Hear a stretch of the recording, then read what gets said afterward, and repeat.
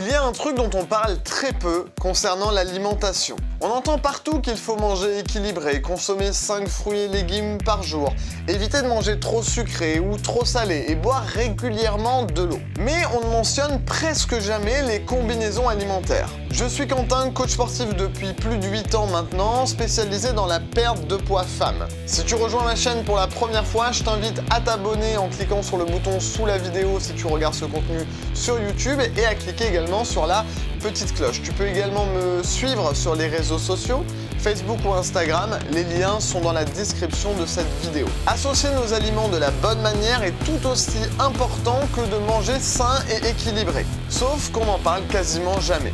On va essayer de se rattraper avec cette vidéo. C'est parti, générique.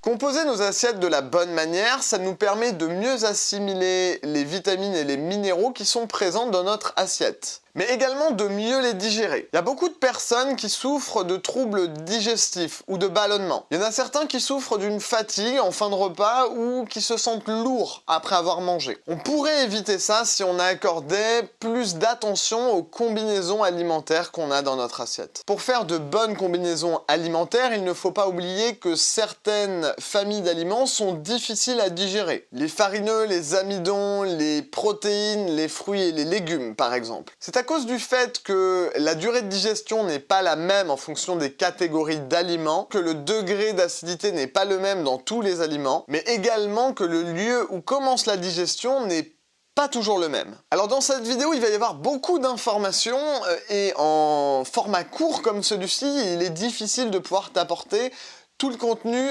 nécessaire à cette approche-là. C'est pour ça que j'ai mis en place le challenge de 7 jours, un challenge qui est réservé pour les femmes qui souhaitent perdre du poids, qui dure 7 jours et pendant lesquels tu vas avoir des vidéos chaque jour qui vont te permettre de te lancer dans ton objectif de perte de poids.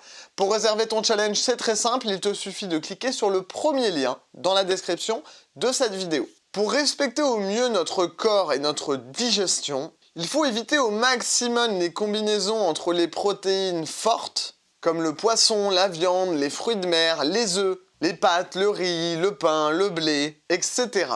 Par exemple, l'association que l'on fait avec le saumon et le riz, en réalité n'est pas idéale pour notre digestion. Il vaut mieux favoriser les combinaisons entre protéines fortes, amidon faible, ou protéines faibles, farineux forts. Avec la viande à chair blanche ou rouge, il est conseillé de consommer des petits ronds ou de la patate douce qui sont des amidons faibles qui vont te permettre d'avoir une meilleure digestion. Côté protéines végétales comme le soja, le tempeh ou le tofu, on peut facilement les accompagner avec du riz, des pâtes ou du blé. Les fruits et les laitages comme les fromages frais ou les yaourts peuvent être associés du moment qu'ils ne sont pas consommés en fin de repas. Il y a juste les melons ou la pastèque qui doivent vraiment être consommés à part, car ils sont gorgés d'eau et se digèrent extrêmement rapidement.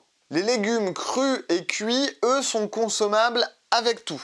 Donc profites-en pour en intégrer dans tes plats. Les portions, c'est également un élément très important à prendre en considération dans notre alimentation. Une consommation trop excessive d'un certain aliment peut causer différents problèmes. Ça peut provoquer des troubles intestinaux ou digestifs, par exemple. Même, de manière générale, trop manger à en avoir le ventre gonflé n'est pas une bonne idée. Quand tu n'as plus faim et que tu te sens rassasié, ce n'est pas la peine de continuer à manger, même s'il en reste dans ton assiette. Le fameux « finis ton assiette » devrait être remplacé par « goûte à tout », mais ne finis rien. Faire attention à tes combinaisons alimentaires, c'est également prendre en compte ta physiologie. Car nous, les humains, on se rapproche un peu plus des carnivores et des frugivores. Donc associer les aliments de la manière la plus pertinente possible, ça va te permettre de favoriser une bonne nutrition pour tes cellules. Malgré tous ces conseils, sache que c'est ton corps qui est le mieux placé pour savoir ce qui est bon pour toi ou ce qui ne l'est pas. C'est donc ton corps qui est le mieux placé pour savoir quelle combinaison alimentaire fonctionne avec toi ou non.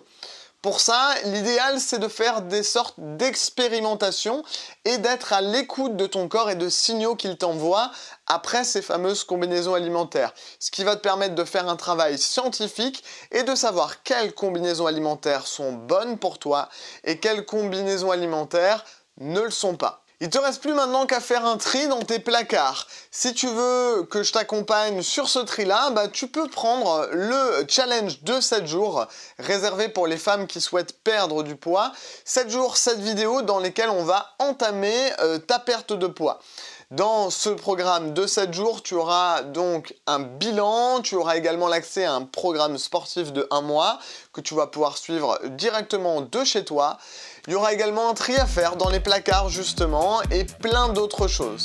Ce challenge est totalement gratuit et il te suffit pour y accéder de cliquer sur le premier lien dans la description de cette vidéo. Sur ce, je te retrouve sur le challenge. À très vite. Ciao!